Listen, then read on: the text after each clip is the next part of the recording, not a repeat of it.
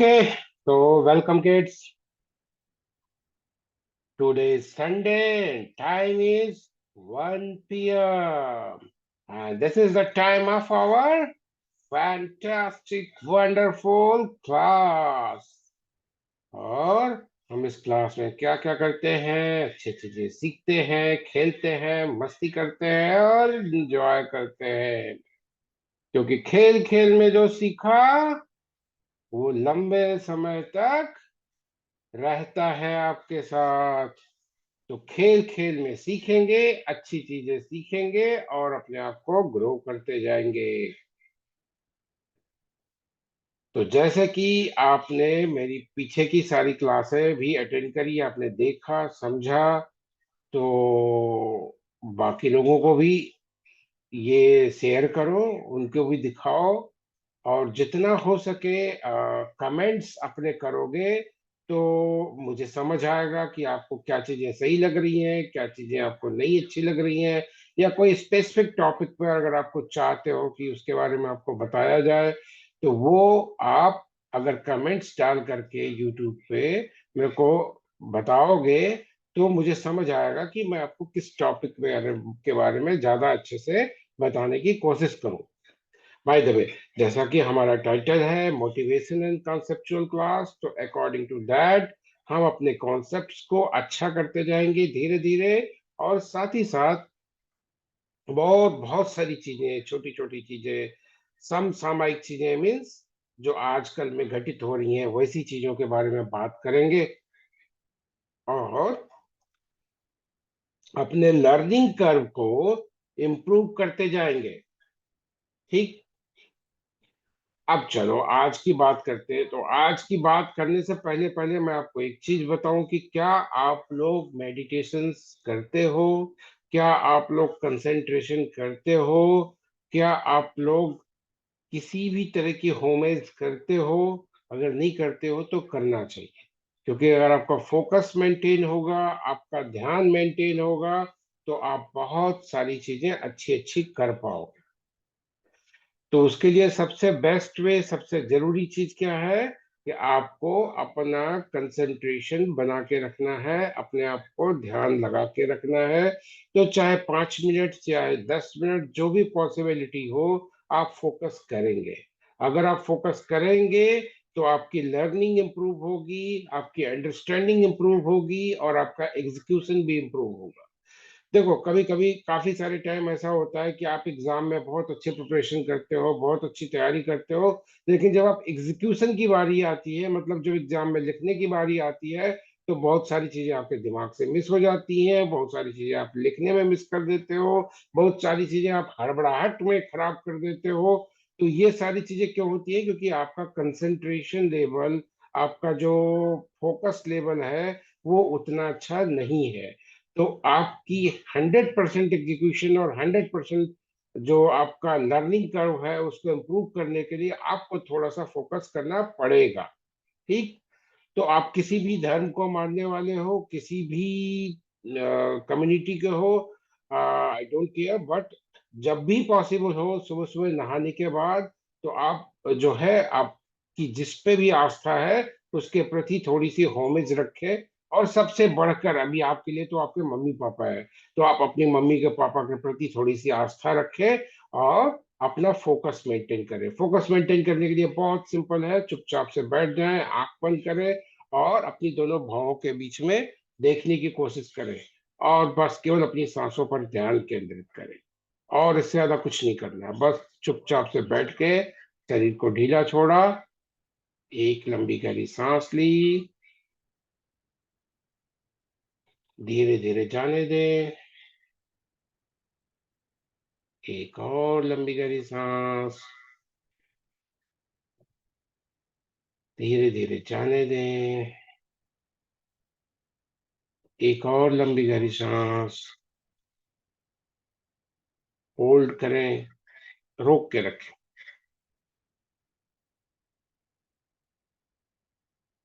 और धीरे से जाइए। स्माइल करें, अपने दोनों हाथों को रगड़े, और अपने पूरे आईज पे, चेहरे पे, सब तरफ से मूव करके आराम से और धीरे धीरे आंखें खोलिए।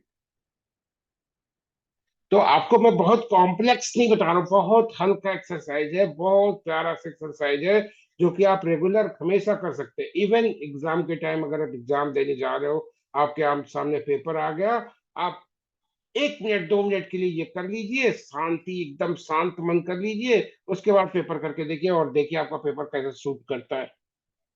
अगर आप 50 में से 40 स्कोर करने वाले हो, तो 45 करोगे डैम से। ठीक। तो ये चीज करो, लेकिन अब इसका ये कोई मतलब नहीं है, ये कोई शॉर्टकट नहीं है, मेहनत तो आपको करनी पड़ेगी, पढ़ाई तो आपको करनी पड़ेगी। ये तो बस इस चीज के लिए है कि जो आपका एग्जीक्यूशन नहीं होता है अच्छे से, वो होना स्टार्ट हो जाएगा। चलो, अब हम आगे बात करते हैं आज के टॉपिक्स पर। तो सबसे पहले हमारा जो फर्स्ट टॉपिक है, बहुत इंटरेस्टिंग, जो हम एक प्रोवर्ब की सीरीज चला रहे हैं, उस प्रोवर्ब की माला में एक मोती और ऐड करेंगे हम, और ये होगा, आई होप, सिक्स्थ प्रोवर्ब, छठा मोती प्रोवर्ब की माला का। ठीक। एक चीज ये हो गई। नेक्स्ट पॉइंट क्या होगा जिसपे हम डिस्कशन करेंगे? नेक्स्ट पॉइंट होगा, आज मैं आपको एक छोटी सी स्टोरी सुनाऊंगा, बहुत अच्छी सी इंस्पिरेशनल स्टोरी। और एक और डिक्लेरेशन है छोटी सी, वो डिक्लेरेशन ये है कि जो ओलंपियाड होते हैं, उस ओलंपियाड के लिए मैं एक सीरीज शुरू करने वाला हूँ, क्लास 1 से स्टार्ट कर रहा हूँ। तो क्लास 1 में मैथ्स के जितने भी टॉपिक्स आते हैं, उन सारे टॉपिक्स को मैं करीब 8 to 9 एपिसोड्स में कवर करूंगा, और वो आपके प्रिपरेशन में काफी हेल्प करेगा। तो वो सीरीज इस क्लास के बियॉन्ड होगी, मतलब ये क्लास जो चल रही है ये तो एज ए चलती रहेगी, बट वो जो सीरीज होगी वो सेपरेटली आएगी।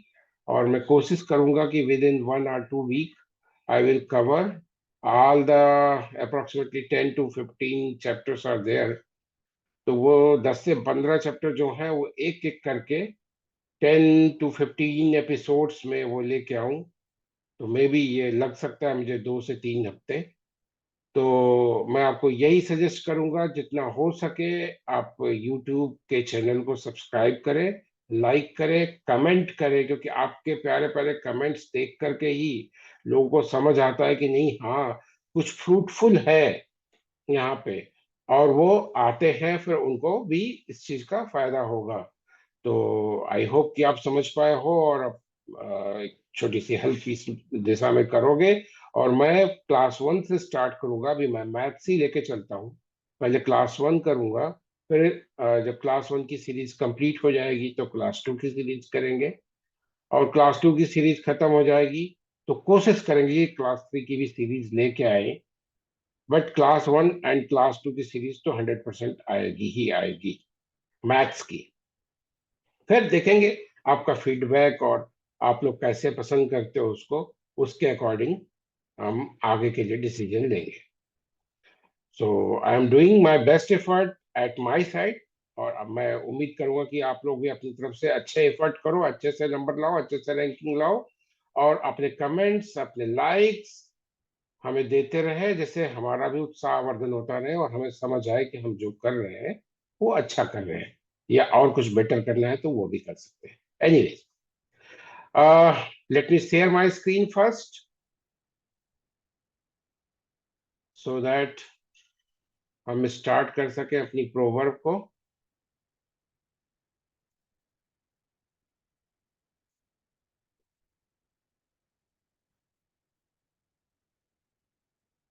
आई hope you are able to see. मैंने थोड़ा सा और जूम इन कर दिया इसको, और थोड़ा सा जूम इन कर देते हैं।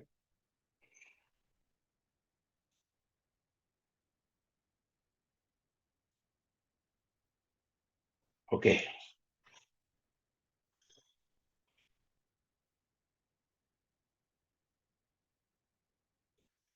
ओके, तो हम बात कर रहे हैं आज की प्रोवर्ब का, और आज की प्रोवर्ब जो है वो बहुत इंटरेस्टिंग है। इसकी हिंदी में भी बताऊंगा आपको, हिंदी में बहुत अच्छे से पता होगा। Beauty is in the eye of the beholder. Beauty is in the eye of the beholder. इसको 2 3 4 बार रिपीट करते हैं, उसके बाद मैं आपको इसको एक्सप्लेन करूंगा। Beauty is in the eye of the eye beholder. अब आपको इसकी हिंदी बताता हूँ। हिंदी में भी इसके इस प्रोवर्ब के लिए एक कहावत है। कहते हैं ना, दे जो सुंदरता होती है वो देखने वाले की आंखों में होती है। क्या? जो सुंदरता होती है वो देखने वाले की आंखों में होती है। जो सुंदरता होती है वो देखने वाले की आंखों में होती है। तो उसी चीज को इंग्लिश में ये प्रोवर्ब बनी है उसके लिए, beauty is in the eye of the beholder. ठीक।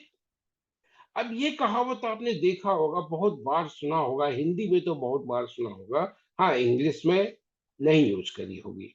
तो अब ट्राई करना कि जब भी ऐसा कोई इंसिडेंट आए जबकि ये बोलने की जरूरत हो कि सुंदरता तो देखने वाले की आंखों में होती है, तो वहां पे आप बजाय हिंदी के इंग्लिश का इस्तेमाल करना।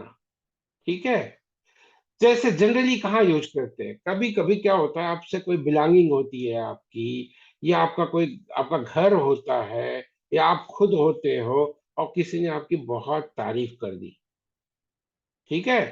तो तारीफ सुनने के बाद आपको बहुत ज्यादा, क्या कहते हैं उसको, प्रफुल्लित नहीं हो जाना है। आपको शांत रहना है, और उदारता दिखाते हुए, एक सम्मान दिखाते हुए, एक आभार दिखाते हुए सामने वाले से कहना है, beauty is in the eye of the beholder. जैसे मैंने कह दिया, अब कोई एक प्यारा से आपने फ्लावर लिया था, रोज लिया था, और मैंने कहा, oh your rose is so beautiful, so beautiful. आपको क्या कहना है? स्माइल करना है और कहना है, thanks uncle, beauty is in the eye of the beholder. Okay. तो आपने आभार प्रकट किया, और आपने कोई अपने को ये बहुत बोझ से नहीं लाद दिया कि नहीं बहुत सुंदर हो, बहुत मेंटेन करके रखना है। नहीं, आपने ये कहा कि आपकी आंखों में सुंदरता है, आप देख रहे हो मेरे को अच्छी तरह से, इसलिए मैं आपको सुंदर लग रहे हैं, हम सुंदर लग रहे हैं आपको। अगर आप हम मेरे को अच्छी तरीके से, अच्छी नजरों से नहीं देखते तो मैं आपको सुंदर नहीं लगते। ठीक।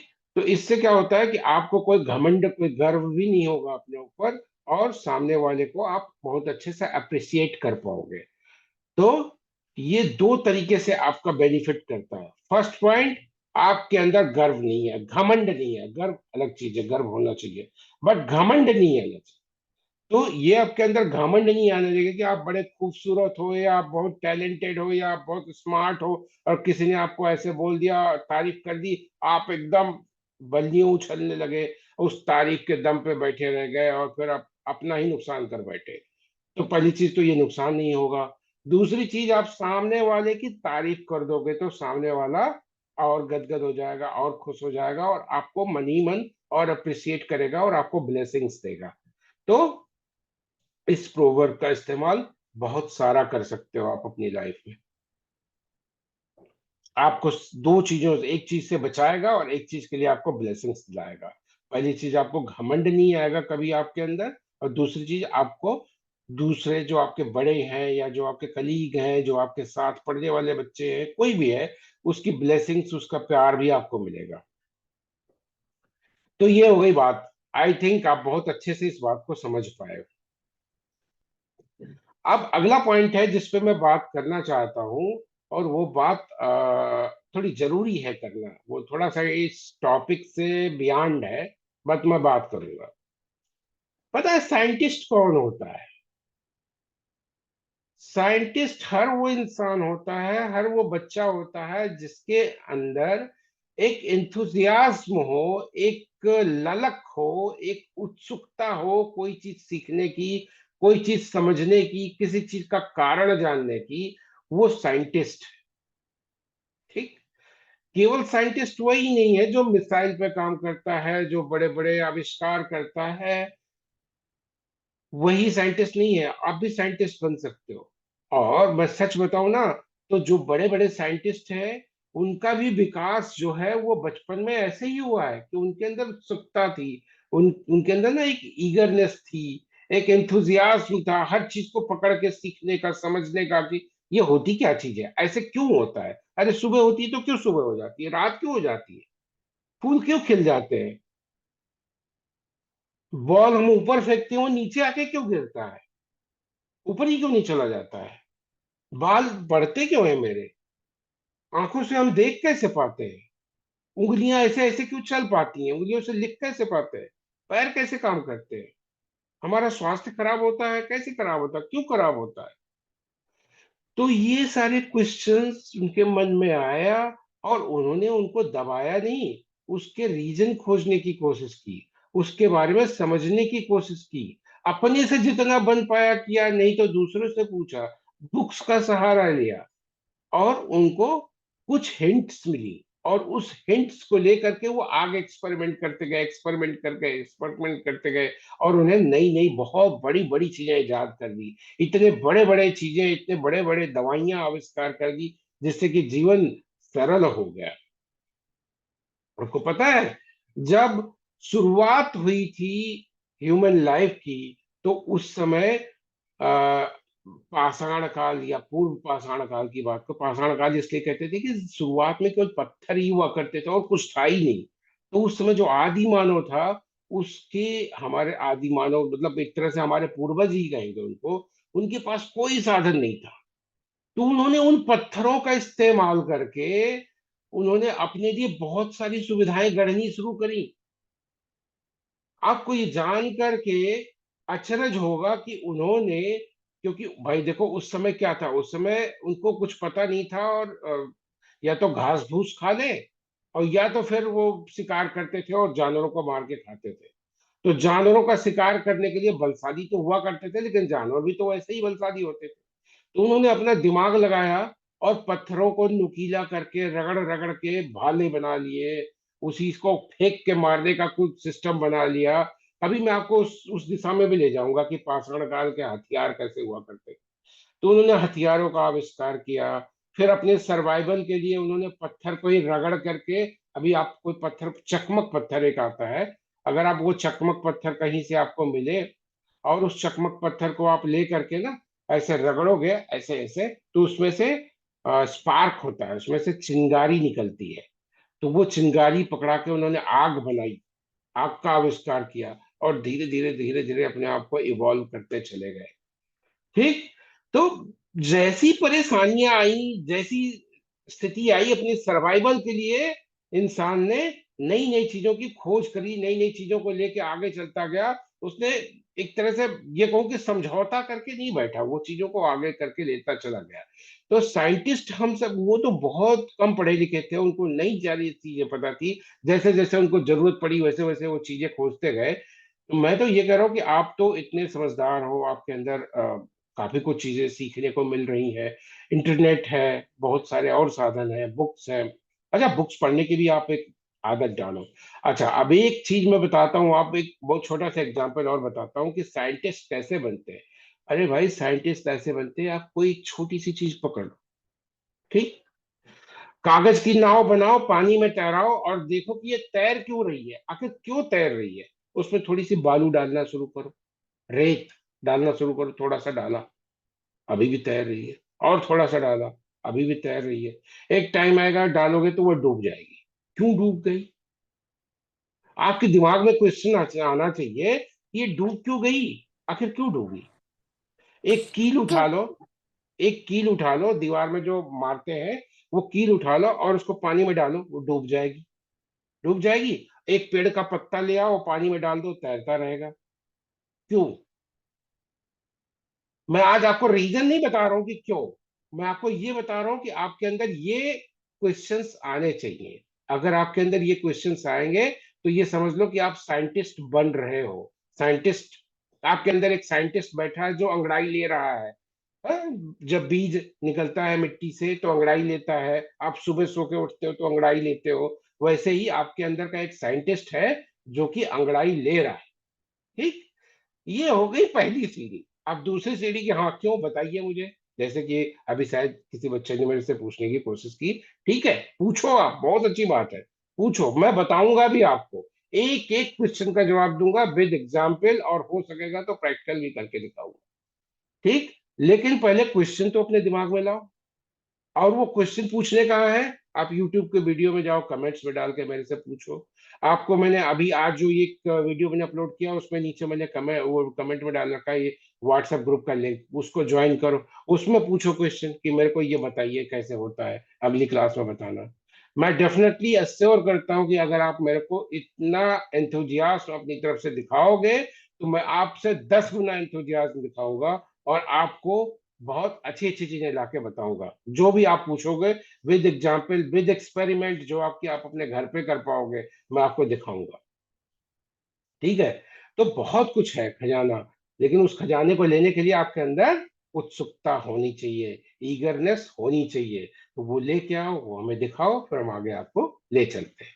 अच्छा, अब एक छोटा सा एग्जाम्पल मैं आपको बताने की कोशिश करूंगा, और साथ में कुछ इंग्लिश की लाइनें हैं, ये इंग्लिश की लाइनें मैं आपको हिंदी में भी आपको समझाने की कोशिश करूंगा, आप हिंदी में समझो इसको, और उसे एक चीज और जो मैं अभी बता रहा था आपको वो आप चीज समझोगे। एक साइंटिस्ट है, the making of a scientist is a story about leading, अच्छा ये क्या है, एक टॉपिक है, the making of a scientist, मतलब साइंटिस्ट बनते कैसे हैं, ठीक है। साइंटिस्ट बनते कैसे, अभी मैंने एक्सप्लेन करिए कि आपके अंदर इंथुजियास्ट होना चाहिए, आपके अंदर ईगरनेस होनी चाहिए, आपको एक ललक होनी चाहिए कि हर चीज के बारे में जानूं, ठीक।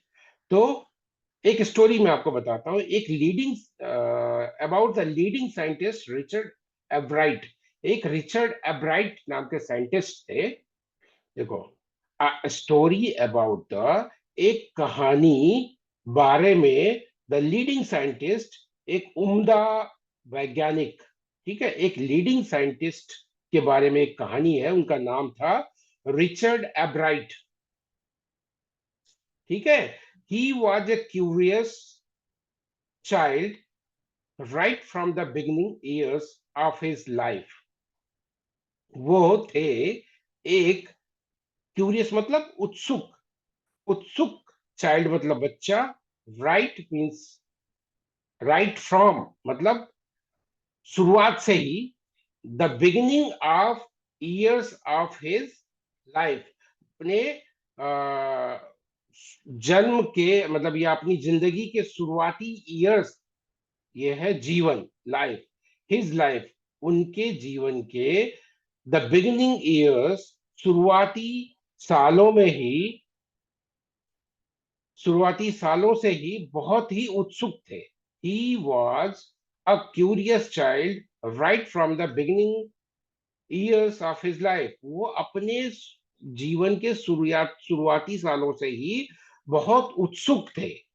He had started collecting butterflies, उन्होंने शुरुआत कर दी थी तितलियों को पकड़ने की, इन हिज चाइल्डहुड, अपने बचपन में ही, एंड बाय द टाइम, और समय के साथ साथ, he is in second grade, जब वो दूसरी कक्षा में पहुंचे, ही हैड ऑलरेडी, उन्होंने पहले ही, गैदर्ड, इकट्ठा कर लिया, ऑल द 25 स्पेसीज, सारी 25 प्रकार की प्रजातियां तितलियों की, found in his home town, उनके जो नेटिव प्लेस था, जो उनका शहर था, कस्बा था, उस कस्बे में जो करीब 25 तरीके की तितलियां पाई जाती थी, उनका सैंपल उन्होंने इकट्ठा कर लिया जब वो कक्षा 2 में थे। अच्छा देखो, इससे ये मैं कहीं नहीं कह रहा हूं कि आप तितलियों के पीछे पड़ जाओ और तितलियों को इकट्ठा करो ना, अच्छी बात नहीं है, तितलियों को मत इकट्ठा करना, उनको आजादी का अधिकार है, उनको किसी भी तरह से हर्ट नहीं करना, किसी भी जीवन को हर्ट नहीं करना। लेकिन मेरे कहने का उद्देश्य समझो कि तितलियां नहीं पकड़नी है, वो तो उनके पास कैमरा नहीं था, वो फोटो नहीं खींच सकते थे, तो उन्होंने तितलियां इकट्ठी करी, उनके ऊपर थोड़ा सा है, जो वो भी प्राणी है, आजाद रहने का उसको अधिकार है, उसके ऊपर ये करना पाप है। बट हाँ, अब तो आपके पास कैमरा है ना पप्पा का, मोबाइल है, जहां पे ऐसी चीज, अच्छी चीज देखो, क्लिक क्लिक क्लिक, एक एल्बम बनाओ, मैं आपको बताऊंगा पावर पॉइंट की प्रेजेंटेशन बनाना, पावर पॉइंट की प्रेजेंटेशन बनाओ, अपने स्कूल में ले जाओ, अपनी टीचर को दिखाओ, मैम देखो मैंने ये इतना अच्छा है पावर पॉइंट प्रेजेंटेशन बनाया है, इतने टाइप के डॉग्स होते हैं, इतने टाइप के कैट्स होती हैं, इतने टाइप के प्लांट्स होते हैं, मैंने देखो इतने सारे प्लांट्स के वो बनाया है power point presentation. You will be appreciated, और आप बहुत सारी चीजें आपको अच्छी अच्छी मिलेंगी और आपको सीखने की और प्रेरणा मिलेगी। ओके। तो आज मैंने बहुत थोड़ा सा ज्यादा ही मोटिवेशनल क्लास हो गई आज हमारी। अब एक छोटी सी स्टोरी सुनाते हैं, उसके बाद आज की क्लास का एंड करेंगे। और जो आज की छोटी सी स्टोरी है वो स्टोरी बिलोंग करती है एक ऐसी चीज से कि जो भी आपके साथी हैं, जो भी आपके फ्रेंड्स हैं, जो भी आपके कलीग्स हैं, उनके साथ प्यार से बर्ताव करना चाहिए, और उनके साथ उनको हमेशा अपना मिला के रखना चाहिए, अपना बना के रखना चाहिए, और कभी भी अपनी कम्युनिटी को, अपने ग्रुप को धोखा नहीं देना चाहिए। क्योंकि किसी भी कम्युनिटी का, किसी भी ग्रुप का विनाश तभी होता है जब उसमें से कोई ना कोई आपके शत्रु से मिल जाता है। जैसे एक कहावत आपने सुनी होगी, क्या सुनी है, कि एक अकेले विभीषण ने लंका ढा दी। सुना है ना? कहा जाता है कि अगर घर का भेदी लंका ढाए, ठीक है, घर का भेदी लंका ढाए। लंका इतनी बड़ी थी, इतना अजेय था रावण का साम्राज्य कि उसको कोई जीत नहीं सकता था। लेकिन विभीषण जो थे वो जाकर के राम जी से मिल गए। वो भी मिले क्यों? क्योंकि रावण ने उनकी अच्छी अच्छी सीखों को नहीं माना और चरण प्रहार करके, पैर से धक्का दे करके उनको निकाल दिया था। तो वो भगवान राम जी के पास गए उनकी शरण में, और लंका का विनाश हो गया। अब मैं आपको एक छोटी सी कहानी सुनाता हूँ। एक बागीचा था, एक बाग था, उसमें बहुत सारे पेड़ थे। वह मस्त लहलहाते रहते थे, खुश रहते थे, ऐसे ऐसे झूमते रहते थे बड़े मजे से। ठीक है। अब मैं थोड़ा सा शेयरिंग क्लोज करता हूँ जिससे आप अच्छे से देख पाओ। वो मस्त ऐसे झूमते रहते थे पेड़, मस्ती से, ये बहुत खुश रहते थे, एक दूसरे से कभी गले लगते थे, क्योंकि चल फिर तो नहीं पाते थे, पेड़ तो नहीं चढ़ पाते थे, लेकिन आसपास एकदम सटे सटे थे तो एक दूसरे से मिलते थे, बातें करते रहते थे, खुश रहते। एक दिन क्या हुआ कि वो बाग का जो ओनर था उसने बाग बेच दिया। अब बाग बेच दिया तो जिसने बाग खरीदा वो सारे पेड़ काटने वाला था। तो भाई वो आया एक दिन दो चार बंदों के साथ, सारे पेड़ देखे तो कह रहा है, अरे मोटे मोटे पेड़ हैं ये, बढ़िया, बाजार में बहुत अच्छे बिकेंगे, इनकी लकड़ियां बिक जाएंगी और इनको आके काटेंगे आप। तो जो छोटे पेड़ थे वो बेचारे डरने लगे कि बड़े पेड़ों से अपने मम्मी पापा से, पापा पापा अब तो ये आके हमें काट देगा, हम तो सारे मर जाएंगे, अब क्या होगा, अब तो बड़ी परेशानी है। तो उनके पापा ने कहा, बेटा देखो परेशानी तो है लेकिन अभी तो ठीक है, अभी ठीक है, अभी रहो, कोई नहीं, अभी कुछ नहीं होगा। फिर कुछ दिनों बाद वो लौट के आए। अब जब लौट के आए तो उनके हाथ में क्या थी? लोहे की कुल्हाड़ी, केवल लोहे की कुल्हाड़ी थी। अब जो लोहे की कुल्हाड़ी लेके आए तो वो फिर उनके वहां पे आसपास घूमते रहे, बात करते रहे, अब तो कुल्हाड़ी ले आए, अब तो इनको काटेंगे ही काटेंगे। तो बड़े पेड़ों ने कहा कि यार चलो अभी भी कोई दिक्कत नहीं है, ठीक है। फिर कुछ दिनों बाद आए। अब जब कुछ दिनों बाद आए तो उन लकड़ी की जो लोहे की कुल्हाड़ियां थी, उनमें लकड़ी के मोटे मोटे डंडे उन्होंने लगा दिए, और हत्थे बन गए ये पकड़ के काटने वाले। अब जब वो आए तो छोटे के साथ साथ बड़े पेड़ भी बेचारे रोने लगे जोर जोर से। तो छोटे पेड़ों ने कहा कि पापा आप तो कह रहे थे कि कोई दिक्कत नहीं है, अभी तो ये आते जाते रहते हैं, आज क्यों? तो उन्होंने कहा, बच्चों अभी तक हम सेफ थे क्योंकि हमारे से कोई उनसे मिला नहीं था। अब देखो, हमारे में से ही कोई लठ बन करके उन कुल्हाड़ियों, लोहे की कुल्हाड़ियों का साथ दे दिया, तो अब हमारा मरना निश्चित। ठीक है। तो इसीलिए कहते हैं कि हमारी कम्युनिटी का विनाश या हमारा विनाश या हमारे ग्रुप का विनाश या हमारे ग्रुप का नुकसान तभी हो सकता है जब हम साथ नहीं रहेंगे और हम में से ही कोई ना कोई अलग हो जाएगा और दुश्मनों के साथ मिल जाएगा। जैसे हमारे देश का अगर कोई नुकसान कर सकता है तो हम में से ही कोई जाके विदेशी लोगों से मिल जाए, तभी हमारे देश का नुकसान हो सकता है। तो हमें इंटैक्ट रहना है, मजबूती से जुड़े रहना है, पूरे देश को जोड़ के रखना है, और हम शूट करेंगे, बहुत ऊपर निकलेंगे और सारे के सारे तरक्की करेंगे, मिलजुल कर तरक्की करेंगे।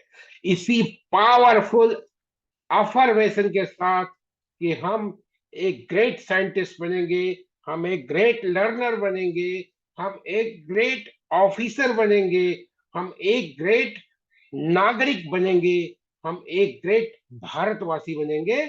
आप सबका बहुत बहुत धन्यवाद, और ऐसे ही जुड़े रहे और क्लासेस अटेंड करते रहे। मैं आप कोशिश करूंगा कि आपके लिए बहुत अच्छी अच्छी, बहुत सुंदर सुंदर, बहुत प्रेरक कथाएं लेके आऊं, जो आपके जीवन के मार्ग को प्रशस्त करे, क्योंकि आप छोटे छोटे प्यारे प्यारे उम्मीद के गुब्बारे हो। और इन गुब्बारों को मैं गुब्बारा नहीं, इनमें ऐसी गैस डालना चाहता हूं, ऐसे विश्वास और पावर की गैस डालना चाहता हूं, जो रॉकेट बन जाए, rocket. Thank you, keep it up and carry on. Bye bye, take care, and see you later. Next week, same time, same day.